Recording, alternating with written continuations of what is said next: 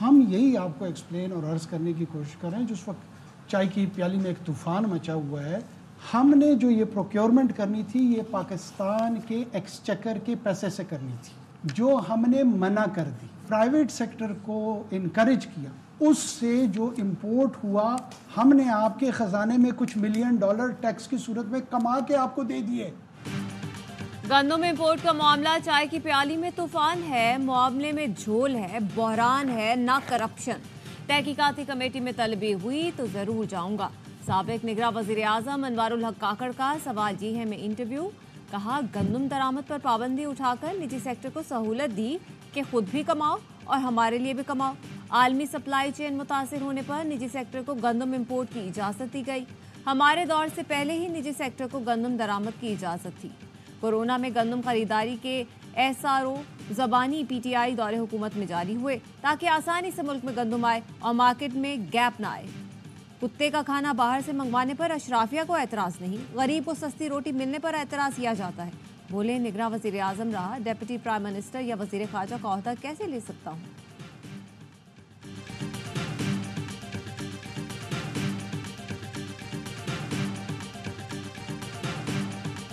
मार्च में गंदम दरामद के वक्त वजारत खुराक शहबाज शरीफ के पास थी।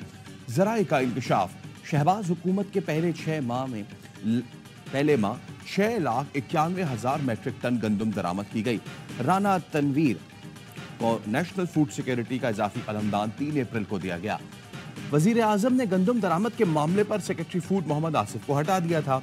पंजाब हुकूमत के मना करने के बावजूद वफाक ने 8.5 लाख टन गंदम इंपोर्ट की। 25 मार्च को सेक्रेटरी फूड पंजाब की जानिब से वफाक को लिखा गया खत भी सामने आ गया। खत में लिखा गया अब तक 34.5 लाख टन गंदम इंपोर्ट हो चुकी। पंजाब में काश्त का रकबा बढ़ने पर गंदम की पैदावार 2 करोड़ 13 लाख से बढ़कर 2 करोड़ 42 लाख टन मुतवक्के है। इंपोर्ट जारी रही तो न सिर्फ मार्केट में गंदम सरप्लस होगी बल्कि किसान भी मुतासिर होगा।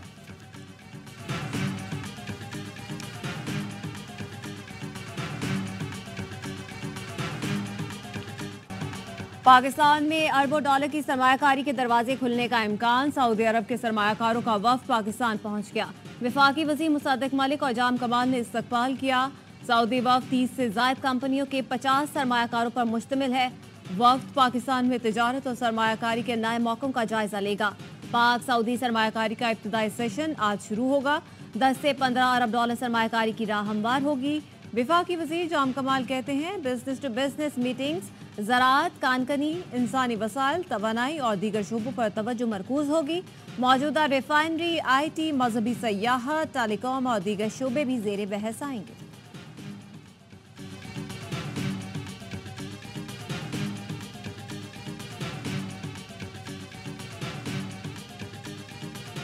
इस्लामाबाद के बाद कराची से भी हज परवाजें रूट टू मक्का के तहत जाएंगी। प्रोजेक्ट के लिए सऊदी अरब का 82 रुकनी वफ्द आज कराची पहुंच रहा है। आज़मीन हज के लिए कराची एयरपोर्ट पर सऊदी इमिग्रेशन काउंटर्स होंगे। सऊदी वजारत दाखिला के एहलकार आज़मीन हज की इमिग्रेशन करेंगे। कराची से पहली हज परवाज 9 मई को रवाना होगी।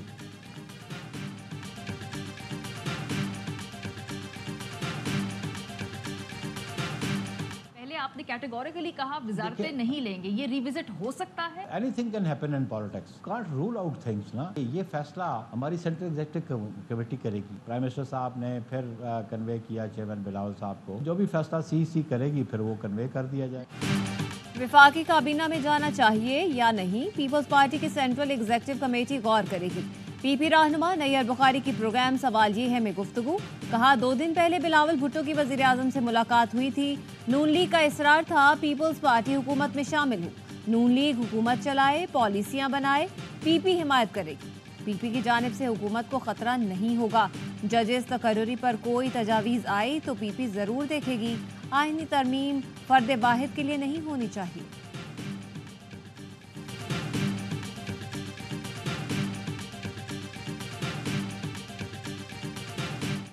वजीर कानून तारड़ साहब जिसने उस दिन एक इशारा भी दिया, कानून में कोई अमेंडमेंट ला रहे हैं, चीफ जस्टिस है उसके टेनेवर में इजाफे के हवाले से उसने इशारा दिया है। मैं समझता हूँ कि ये डिजास्टर होगा। अगर आप किसी का हक मारेंगे और किसी को प्रमोट करेंगे, उसको ज्यादा वक्त देने के लिए, इसके पीछे सियासी मुहर्रिकात है। जजेस तकर्री की मुमकिना तरमीम का मकसद सियासी होगा। पाकिस्तान तहरीक इंसाफ रहनुमा असद कैसर का कहना है, तरमीम किसी को प्रमोट या और किसी को इदारे से अलग करने के लिए की जाएगी। ऐसी तरमीम इदारों की तबाही का बायस बनेगी। मौजूदा पार्लियामेंट ऐसी तरमीम का अखलाकी, सियासी, कानूनी जवाब नहीं रखती। ऐसी किसी भी कानून साजी के खिलाफ हर सतह पर जिदोजहद करेंगे।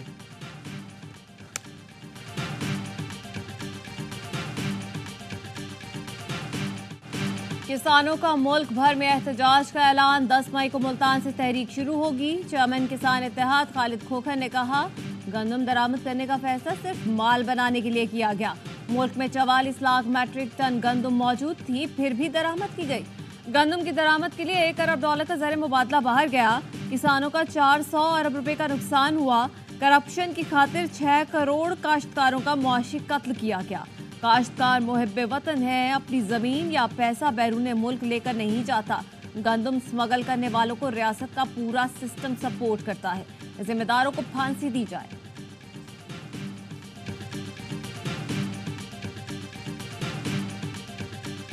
हुकूमत ने जिस रेट पर जो मुकर्रर किया है किसानों से वो गंदम खरीदे, लेकिन वो तो उसे कमतर पर भी नहीं खरीद रही और ना उनको बोरियां और बारदाना दे रही है। हुकूमत ने गंदम खरीदी, ना बारदाना दिया। महीनों की मेहनत खुले आसमान तले पड़ी है। फैसलाबाद के किसानों का घंटा घर चौक पर एहतजाजी धरना। जमात इस्लामी भी एहतजाज में शामिल हो गई। 4 रोज तक शाम 4 से 7 बजे तक एहतजाज होगा। किसानों का कहना है, हुकूमत ने गंदम का रेट 3,900 रुपए फी मन लगाया, लेकिन खरीदारी नहीं कर रही। 4 रोज तक गंदम खरीदारी का फैसला नहीं किया गया तो वजीर आला हाउस पर एहतजाज होगा। किसानों ने खबरदार किया, हुकूमत ने गंदम न खरीदी तो अगले साल गंदम को तरसेगी।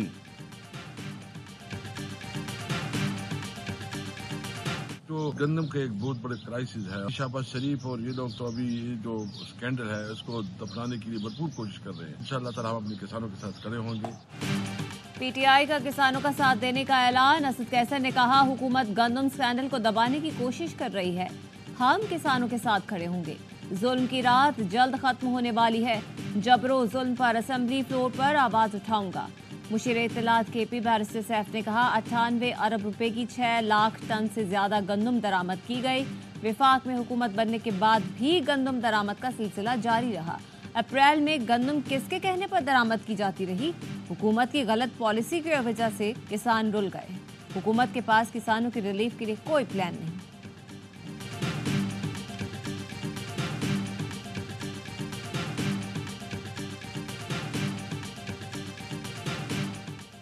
चीनी एक्सपोर्ट करनी है या नहीं, वजीर आजम ने जायजा लेने की हिदायत कर दी। ज़राए का कहना है, मुकामी ज़रूरत पूरी होने की शर्त पर चीनी की बरामद पर गौर किया जाएगा।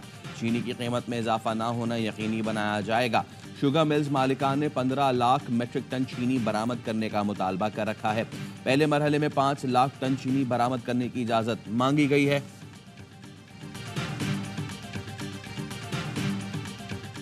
एमपीई सरकारी नौकरियों के कोटे पर पहरा दें। एमकेएम के अरकान सिंध असेंबली को हिदायत। खालिद मकबूल सिद्दीकी की जेर सदारत एमकेएम के अरकान असेंबली का इजलास।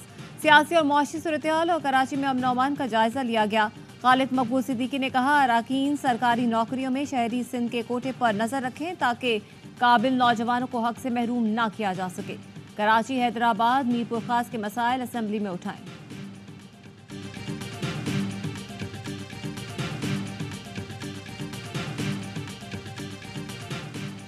सदर आसिफ अली जरदारी 2 रोजा दौरे पर आज कोयटा पहुंचेंगे। वजीर आला और गवर्नर बलूचिस्तान से मुलाकात करेंगे। आला सतह इजलास में शिरकत मुतवक्के। मुख्तलिफ सियासी और कबायली रहनुमाओं से मुलाकातें भी होंगी। परवेज इलाही अस्पताल मुंतकिल होंगे, अडयाला जेल रहेंगे या घर में नजरबंद। इस्लामाबाद हाई कोर्ट के जस्टिस अरबाब मोहम्मद ताहिर आज महफूज फैसला सुनाएंगे। चौधरी परवेज इलाही की अहलिया कैसरा इलाही ने अदालत में दरख्वास्त दायर कर रखी है। कराची के इलाके कोरंगी बिलाल कॉलोनी में फायरिंग। 2 अफराद जाँ बहक। मकतूलीन की शनाख्त मोहम्मद अली और इम्तियाज के नामों से हुई। पुलिस के मुताबिक मकतूल आपस में दोस्त और मैकेनिक का काम करते थे। दोनों से कोई चीज नहीं छीनी गई। वाकया जाती दुश्मनी का लगता है।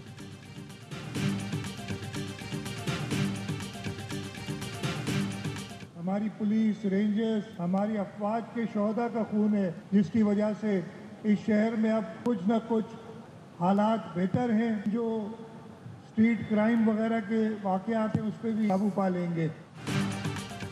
कराची के हालात अब बेहतर हैं, पुलिस और रेंजर्स ने अमन कायम किया। वजीर आला मुराद अली शाह की लियारी में गुफ्तगू, कहा कराची में दहशतगर्दी के वाक़यात में कमी आई है, स्ट्रीट क्राइम के वाक़यात पर भी जल्द काबू पा लेंगे। पुलिस में भर्तियों के सिलसिले को जल्द शुरू किया जाएगा। नौकरियों के सिलसिले में लियारी वालों का ख्याल रखा जा रहा है। लियारी के नौजवान पुलिस, रेंजर्स और अफवाज में जाकर मुल्क की खिदमत करेंगे। पुलिस तशद्दुद के खिलाफ खारिया में ख्वाजा सराओं का एहतजाज, सदर थाने की ईंट से ईंट बजा दी, पथराव किया, तोड़ फोड़ की। डीपीओ के हुक्म पर इंक्वायरी रिपोर्ट में कहा गया एहतजाज नग्गा है नामी ख्वाजा सरा के उकसाने पर हुआ। हिरा नामी ख्वाजा सरा 1 घंटे भी थाने में नहीं रहा, उसने पुलिस से सुलह कर ली थी। पुलिस पर हमला करने वाले ख्वाजा सरा गुजरावाला और सियालकोट के रिहायशी निकले। थाने पर धावा बोलने वाले 25 से 30 ख्वाजा सराओं के खिलाफ कार्रवाई होगी। डीपीओ का ख्वाजा सराओं का मेडिकल कराने का हुक्म।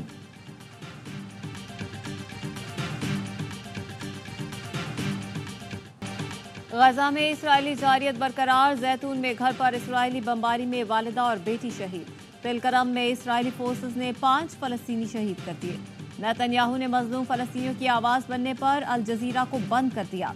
चैनल को बंद करने के लिए इसराइली काबीना में वोटिंग की गई। अल जजीरा के नशरियाती आलात जब्त करने का हुक्म। इसराइली फौज ने अल जजीरा रिपोर्टर्स और अमले पर 50 से ज़ायद हमले किए, जिसमें अमले और उनके खानदान समेत 53 अफराद शहीद हो चुके हैं।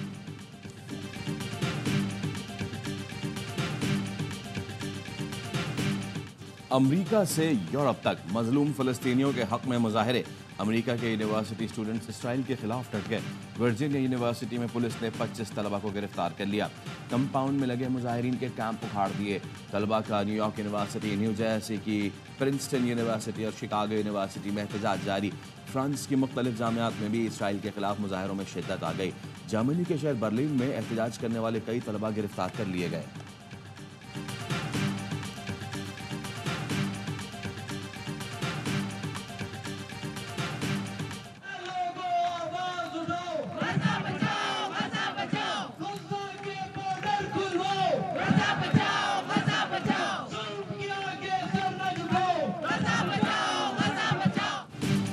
इसराइली दहशतगर्दी के खिलाफ इस्लामाबाद में गजा मार्च, अवाम की बड़ी तादाद की फलस्तीनियों से इजहार यकजहती।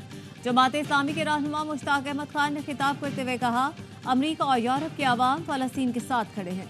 इसराइल को सपोर्ट करने पर अमेरिका में तलबा समेत लोग अपनी रियासत के खिलाफ खड़े हो गए हैं। हमारे हुक्मरान फलस्तीन के मामले पर क्यों खामोश हैं? रफा ऑपरेशन हुआ तो उम्मत OIC को माफ नहीं करेगी। मार्च में मारिया बी, मिशी खान समेत शोबिस और दीगर शोबों से ताल्लुक रखने वाली शख्सियात ने भी शिरकत की।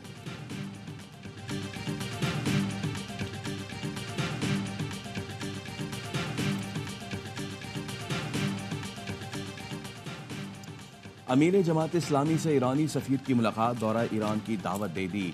हाफिज नईमुर रहमान ने कहा, पाक ईरान गैस पाइपलाइन मंसूबे पर हुकूमत को बैनुल अक़वामी दबाव से बाहर आना चाहिए। फ़लस्तीन इशू पर हम ईरान के किरदार को कदर की निगाह से देखते हैं। जमात इस्लामी पूरी ताकत के साथ फ़लस्तीन इशू और कॉज के साथ खड़ी है। रज़ा अमीर मुक़द्दम ने कहा, इस वक्त आलमी राय आम्मा फ़लस्तीन के हक़ में है।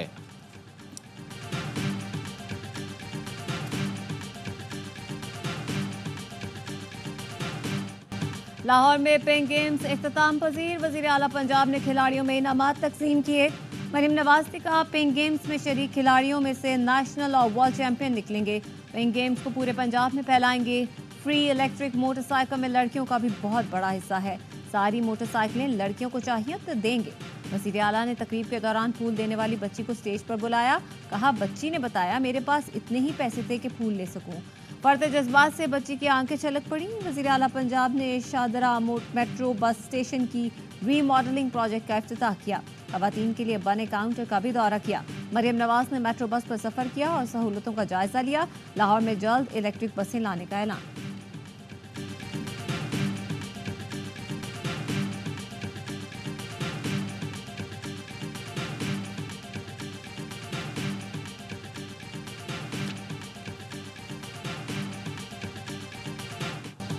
चेयरमैन पीसीबी का T20 वर्ल्ड कप जीतने पर हर खिलाड़ी के लिए $1 लाख इनाम का ऐलान। गद्दाफी स्टेडियम में कौमी क्रिकेटर से मुलाकात में कहा, पाकिस्तान की जीत के सामने इस इनाम की कोई हैसियत नहीं। किसी दबाव के बगैर खेलें, भरपूर मुकाबला करें। जीत आपके लिए और हार मेरे लिए होगी। मैदान में टीम वर्क का मुजाहरा करें, फतह कदम चूमेगी। खिलाड़ियों और ऑफिशियल्स के एजाज में ज़ोहराना भी दिया।